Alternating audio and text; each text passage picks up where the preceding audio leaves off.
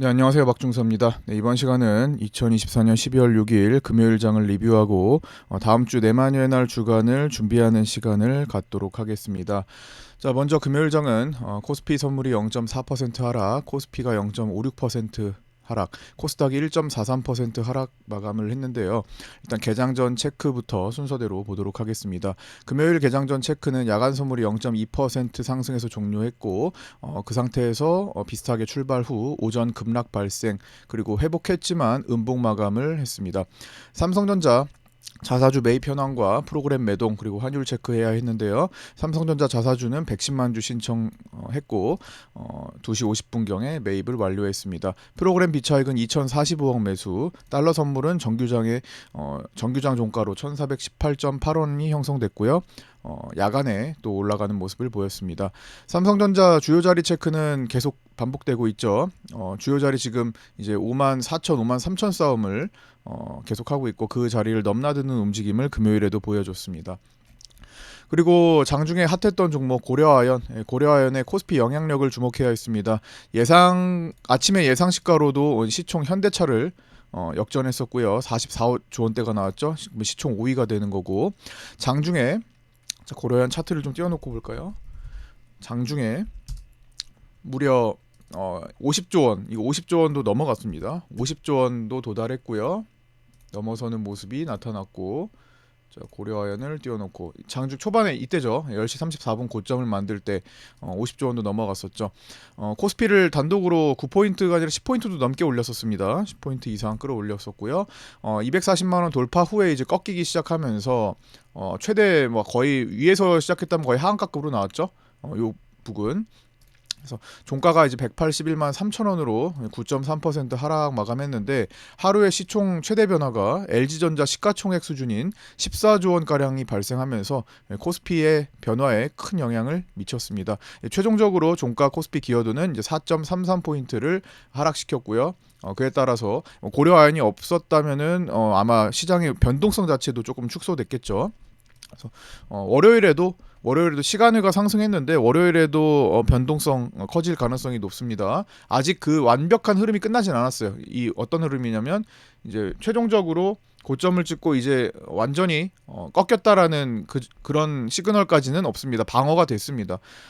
만약에 여기 마지막 갭을 넘나드는 수준의 음봉이 나왔다면은 뭐 꺾였다고 볼 수 있겠지만 아직은 살아 있다고 볼 수 있습니다. 그래서 갭 상승 후에 뭐 양봉 마감될 수도 있는 거고요. 그거는 이제 월요일장을 보면서 판단해야 될 것 같고 어쨌든 이게 경영권 분쟁 속에서 급등을 했던 거니까 충분히 위에서 좀 움직일 가능성도 있기 때문에 월요일에 최종적으로 이 갭이 무너지는지 여부를 먼저 본 다음에 무너지면은 꺾인 거예요. 여기 갭이 이제 무너지면 마지막 갭이 그래서 금요일에 지킨 자리를 지켜내는지 월요일에 보면서 판단해볼 필요가 있고요. 그게 곧 시장의 움직임을 크게 가져오니까 관심을 갖고 봐야겠죠.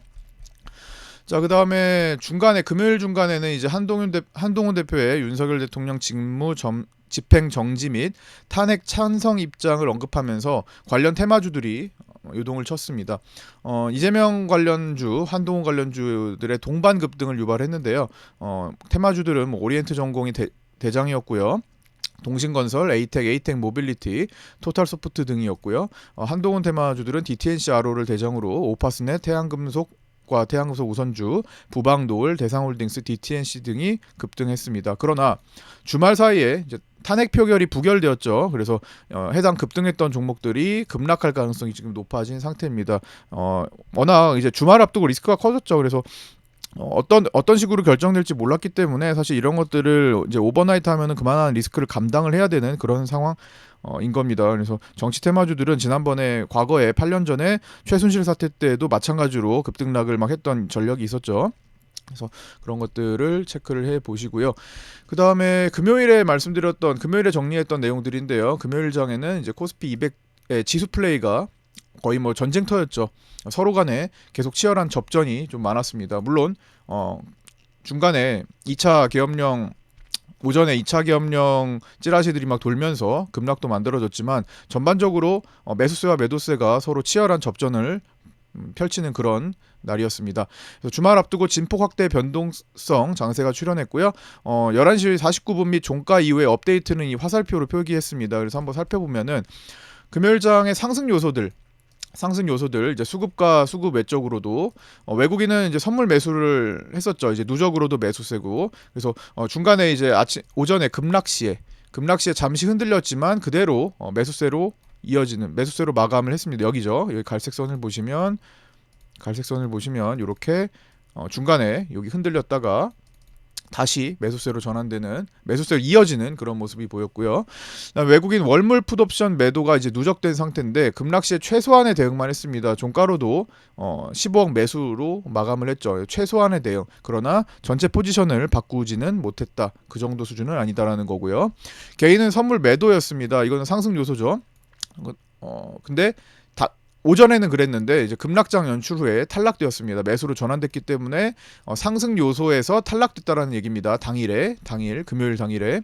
그 다음에 개인 월물 풋옵션 매수가 있었습니다. 이것도 보면은 이거는 탈락이 되었다가 다시 상승 요소로 진행이 됐고요.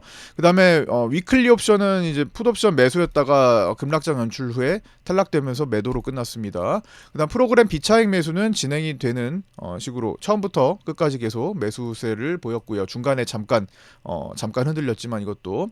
그 다음에 삼성전자 자사주 매입이 110만 주 있었던 것도 어쨌든 하락 방어 요소로 작용을 했죠.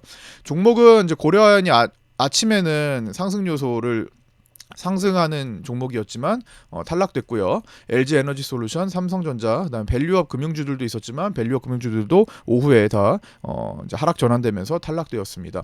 상승 요소들이 이렇게 있었고요. 반대로 접전이었으니까 하락 요소도 있었겠죠. 상승 방해하는 제한적인 형태를 만드는 요소들이었습니다. 금융투자는 선물 매도를 하고 있었고 누적 매도를 가지고 있습니다. 금융투자의 월물 풋옵션 매수 이것도 급락시에 차익을 한 다음에 당일분이 탈락되었습니다. 풋옵션 매도로 끝났죠. 그다음 콜옵션 매수까지. 그다음에 외국인의 삼성전자 현물 매도는 처음에는 엎치락뒤치락 했는데 결국에는 매도로 마감했습니다. 토탈 매도는 130만 주 정도 나왔습니다. 자, 그 다음에 환리스크는 지속되고 있죠. 장중에 달러 선물이 1415원 이상을 기록했고 종가는 1418원대를 기록했고 야간에는 1424원까지 올라갔습니다. 그 다음에 기술적인 측면이 있었죠. 위에 빗각 추세 라인에 저항에 막히는 그런 형태가 되고 있으니까 적어도 이걸 돌파 안착할 때까지는 계속 방해 요소로 작용할 가능성이 높습니다. 주말 리스크 있죠. 2차 계엄 가능성이 오전에 돌면서 급락했지만 탈락했습니다. 그러니까 2차 계엄 가능성은 불식되었고요.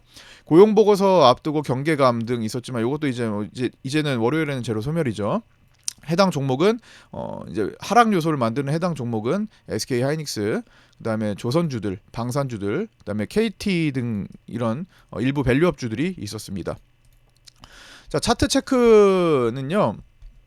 자, 금요일장을 볼게요. 금요일장 분봉으로 놓고 보겠습니다. 일단은 빗각 저항대를 막힌 상태였죠. 그 빗각 저항대가 무슨 자리였는지 함께 살펴볼게요. 자, 제가 8시 41분경에 늘 파생반 텔레그램에서 지지와 저항 라인을 잡아드리고 있습니다. 꽤나 중요한 라인들이라고 아마 같이 함께 하시는 분들은 알고 계실 거예요, 이미. 그래서 중요한 그날의 중요한 자리들을 예상되는 자리들을 기존의 매물대 추적을 통해서 그리고 옵션 가격의 변화를 통해서 옵션 가격을 계산해서 어느 정도 추적을 하고 있습니다. 그래서 8시 40분까지 당일에 예상 체결가까지 좀 봐야 되기 때문에 제가 8시 41분 장 개시 전쯤에 딱 올려드리고 있는데 오늘 금요일에는 이제 1차 저항에 대해서 326.4부근 생각보다 가까운 자리에서 제가 체크를 했습니다. 그러니까 가깝게 저항받을 거라는 생각을 가진 거죠. 그래서 시작이 여기였는데 금방 저항대가 도달했습니다. 그래서 326.4를 체크했지만 고점은 326.55에 나왔고요. 보통 이용할 때는 적당히 커트라인을 조금 잡아놓고 하시는 게 좋을 것 같습니다. 그러니까 뭐 이용하시더라도 손절 컷라인을 어느 정도 구간을 조금 가지고 뭐 예를 들어 5틱에서 10틱 정도라든지 그렇죠? 상황에 따라서 약간 유연하게 그리고 나의 특징에 따라서 나의 성격에 따라서 내 매매에 따라서 조금씩 유연하게 적용을 하시면 될 것 같고요. 뭐 분할하시는 분들은 분할하셔도 되는 거고 뭐 그렇게 활용하는 거는 이제 파생반 특강에 올려져 있으니까 그리고 매일마다 그걸 또 8시 41분에 언급드리고 있으니까 활용하시면 되겠고요. 연습 많이 해보셔야 됩니다. 모의 투자로. 그 다음에 1차 지지는 32.6 부근에서 체크를 했는데요. 여기서 체크된 자리입니다. 여기와 여기. 근데 아침에 요거를 말씀드리다가 갑자기 이제 2차 기업 이슈가 돌면서 여기 저항 제가 말씀드렸던 저항 부근에서 저항받고 그다음에 여기가 요 자리니까 지지받고 반등을 하고 있는데 갑자기 요게 떴어요. 그러면서 2차 개헌 가능성이 있다고요. 그래서 이렇게 밀렸던 그런 날이었습니다. 그래서 아침에 한 차례 걸린 자리였고요. 그래서 여기서 대응이 필요하다라는 거예요. 그 다음에 종가 형성 자리도 해당 자리였죠. 1차 지지 자리 부근이 이제 저항으로 바뀌면서 종가를 형성했고요. 그 다음에 2차 지지가 이제 320.5 부근이었는데 요거는 여기 이제 그 급락할 때는 그냥 무시되고 갔지만 여기서 중간에 이제 고려아연이 하락할 때 만든 자리에서 이제 지지를 받는 그런 모습이었습니다. 요 자리가 320.55였죠. 오전에는 아침에는 이제 2차 계엄령 가능성 소식이 전해지면서 급락이 나왔고 외국인들이 지켜야 하는 최종 손익분기인 318선을 지켰습니다. 이제 코스피 200 기준인데요. 코스피 200으로는 317.7까지 갔습니다. 코스피 200 차트를 보면요. 그 자리가 317.7이었죠. 그러니까 318 부근까지 갔다가 순간 오버 약간 0.3 주고 다시 진정이 된 겁니다. 저 자리는 외국인들이 최종적으로 지켜야 하는 자리라고 제가 일단은 제가 포지션 변화가 있기 전에는 318은 지켜야 된다. 코스피 200 기준으로 그 말씀을 전일에도 드리고 그렇죠? 변화를 계속 말씀드렸죠. 변화를 말씀드린 거예요. 전일에. 원래는 320선이었습니다. 자, 그 변화가 무슨 변화냐? 다시 한번 정리해 드릴게요. 요겁니다. 외국인의 옵션 포지션 방어 라인 변화. 12월 4일에서 5일까지는 1차 외국인들이 풋옵션 매도 자리에서 기존에 현재 보유한 포지션에 대한 수익을 지키는 그 자리는 12월 4일에서 5일 오전까지는 324였습니다. 그리고 2차는 이제 기실현 수익 이미 봤던 게 있잖아요. 그 봤던 것까지 반납해버리는 자리예요. 그래서 2차로는 이 자리였고요. 이게 12월 5일에 오후에 변화하면서 제가 그 변화 전에 말씀드려가지고 여기 1차 자리가 32.5까지 내려왔다라고 말씀드렸죠. 그래서 어제 그거 말씀드리고 나서 오후에 그 부분까지 떨어졌던 겁니다. 그러고 나서 외국인들은 지켜야 했고요. 그 다음에 변화가 이제 2차에 318까지 기실현 포함까지 318까지 내려왔다라고 말씀드렸는데 그게 여기까지 찍혔던 거죠. 다음날 그러니까 금요일이죠. 그 다음에 이제 12월 6일에 오후장까지 해서 변화 이제 종가에 정정을 한 건데요. 한번 보면요. 변화가 많이 된 건 아니에요. 그래도 좀 숫자 변화가 있습니다. 1차 자리는 이제 322로 현재 미결 포지션에 대한 손익 분기입니다. 요게 321.5까지 바뀌었어요. 그러니까 종가의 마지막으로 수정한 겁니다. 322가 오후였는데 종가의 321.5까지 조금 내려왔습니다. 그래서 외국인도 약간 그래도 해지 포지션도 조금 증가하면서 이렇게 나타났고요. 2차에는 317이었는데 316.7 정도까지 이제 내려와서 요 정도 조정이 됐다라는 것을 이제 인식하고 넘어가야 될 것 같습니다. 그러니까 월요일 다음 주에는 이 자리를 좀 의식을 해야겠죠. 물론 다음 주에 내만여행을 앞두고 빠르게 이것도 변화할 수 있습니다. 그래서 변화되는 거 계속 체크를 해드릴 테니까 장중에 라이브 방송 들으실 수 있는 분들은 시간 되시면 장중 라이브 방송 같이 참여해서 함께 하셨으면 좋겠고요. 그 다음에 구독자 텔레그램 방과 구독자 네이버 카페에도 신청하셔서 같이 함께 하셨으면 좋겠습니다. 자, 종가 체크 내용입니다. 삼성전자는 이제 현물과 선물이 모두 54,100원에 동일하게 마감했고요. 외국인은 UBS 증권 중심으로 130만 주 매도가 나왔습니다. 자사주는 110만 주 신청해서 2시 50분경에 완료되었고요. 외국인은 아침부터 환매수 우위로 시작해서 끝까지 3,279원 매수로 마감했습니다. 외국인 옵션은 약간의 풋옵션 매수로 하방 엣지도 시도하고 있으나 기존 풋매도 누적이 많아 포지션 변화를 일으킬 수는 없는 수준이고요. 프로그램 비차익은 2,045억 매수 마감으로 당일은 매수했으나 7월 12일부터의 누적 매도는 여전히 11조 수준으로 유지 중입니다. 이거는 프로그램의 장기 포지션이라고 볼 수도 있고요. 그게 하방이라는 거죠. 단기적으로 상승 구간을 충분히 만들 수 있지만 그게 큰 상승으로 만들려면 프로그램 비차익의 대량 매수로 연속성이 좀 필요합니다. 환율은 달러 선물 정규장이 1418.8원에서 마감했고요. 외국인은 3624억의 차익을 본 것으로 추정되고요. 이건 매도지만 이제 그 중에 차익이 포함되어 있을 것으로 추정됩니다. 야간에는 1424원까지 상승 마감했고 환 리스크는 더 커지고 있습니다. 변동성 지수는 6.13% 상승한 변동성 지수 보면서 볼게요. 22포인트로 마감을 했고요. 윗꼬리 저항에 막히며 자, 여기죠. 여기에 막히면서 조정 국면에 진입을 한다면, 이렇게 조정 국면에 진입을 한다면 시장은 차분히 반등할 수 있겠지만 여전히 20포인트 위에서 움직이고 있어서 내마녀의 날을 끼고 갑작스러운 변동성 발생 가능성에 유의할 필요는 있습니다. 그러나 내마녀의 날 때 이번에는 그래도 조금 시장을 좀 기대해 볼 수 있는 측면도 있습니다. 아래에 이 다음과 같은 내용들 때문인데요. 하나씩 살펴볼게요. 다음 주 내마녀의 날 주간 관점입니다. 지금까지 7월 12일 때부터 지금 거의 5개월, 6개월째 이렇게 하락장을 만들고 있는데, 야, 진짜 숨 막히죠. 계속 하락 추세를 만드니까. 그러면 반등 가능성은 없나라고 살펴봤더니 다음 주에 있는 내마녀의 날 주간 관점에서 조금 살펴볼 수 있을 것 같습니다.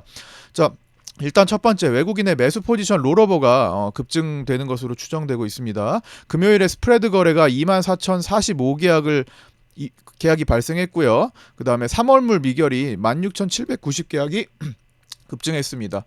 자, 3월물 당연히 이제 만기가 다가오니까 롤오버도 많아지는 거고 3월물로 다 돌려놔야 되는 건 사실이지만 그 폭이 상당히 빠르게 그리고 강하게 많이 급증했다라는 거죠. 다급한 외국인들의 포지션 롤오버가 지금 나온 것으로 보입니다.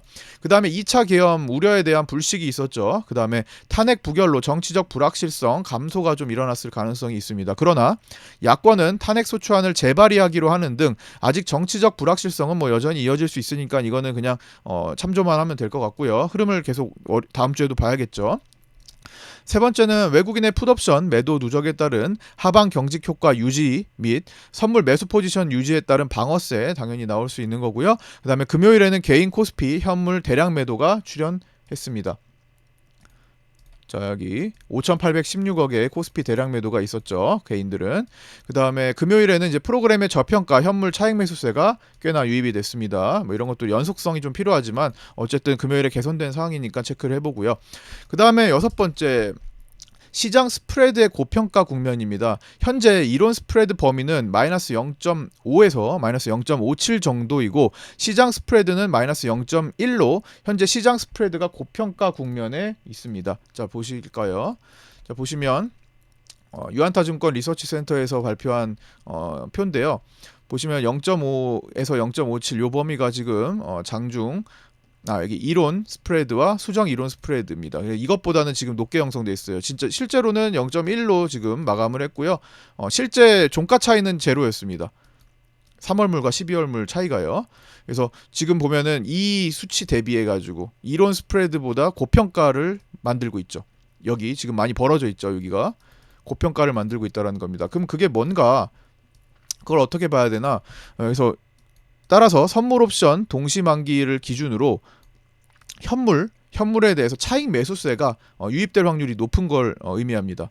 그 차이만큼 특히 외국인은 매수 포지션 많이 갖고 있죠. 지금까지 외국인은 계속 매수 포지션을 유지했다고 말씀드렸습니다. 그래서 대신에 손실을 많이 보고 있었죠. 1,000억 이상의 손실을 보고 있는 그런 국면이었습니다. 선물에서만요. 그래서 그런 외국인은 이제 매수 포지션을 롤오버하면서 반등장을 생각한 환경도 만들어질 수 있습니다. 중장기적 매크로 환경 부담에 의한 하락 추세 자체는 꾸준히 이어지고 있지만 기술적인 반등 구간이 가능할 수 있는 모습도 포착된 것으로 파악됩니다. 다만 확률이 낮지만 내마녀의 날 전에 지금 차이가 벌어졌던 스프레드 가격이 0.6 부근까지 하락하면서 이론 스프레드와 가격을 축소하거나 그 역전이 된다면은 매수 차익 잔고의 청산을 통해 수익 확정을 시도할 가능성도 있으니 스프레드 변화도 함께 체크할 필요가 있습니다. 그다음에 11월 11일에 이제 주가지수 선물 이론 가격에 대한 거래소 규정이 개정되면서 연말 배당 관련한 움직임을 추정하는 것이 다소 복잡해졌으나 현물 매수세가 유입될 환경에서는 아까 6번에 같은 이런 현물 마지막 내만여행할 때 현물 매수세가 유입될 것으로 이제 볼 수 있는 그런 환경에서는 이러한 배당 투자도 같이 늘어날 수도 있는 겁니다. 작년부터 연말 배당 기준일이 1회에서 다회로 바뀌면서 배당액 지수 계산 방식이 복잡하게 바뀌었기 때문입니다. 자, 여덟 번째, 기술적으로 이제 저점을 찍고 돌리면서 쌍바닥 효과도 발생하고 있죠. 지금 보시면 2차 계엄 이슈에 따라서 2차 계엄 가능성이 들린 금요일 오전 급락에 따른 요 쌍바닥 찍고 돌렸죠. 그래서 요 효과가 발생한다면 이 위에서 놀면서 이 부분을 딛고 조금 더 반등 구간을 만들어줄 가능성 배제할 수 없습니다. 다만 요 빗각 추세에 대해 저항은 꼭 살펴야겠죠.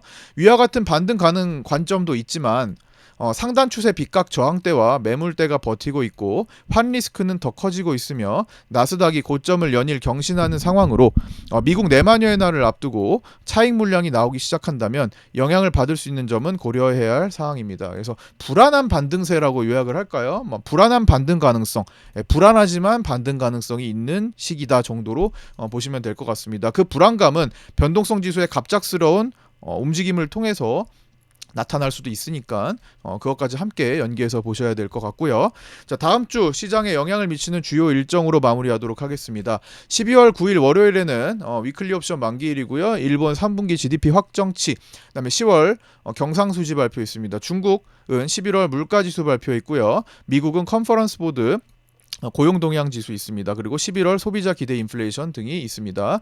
12월 10일 화요일에는 미국 3분기 비농업 생산성 발표, 그다음에 단위 노동 비용 발표, 존슨 레드북 지수 공개 있고요. EIA 단기 에너지 전망 보고서, 미국 국채 3년물 입찰이 있습니다. 12월 11일 수요일에는 우리나라 11월 실업률 발표, 그다음에 미국 11월 CPI 중요하죠. 이게 가장 중요할 것 같고요.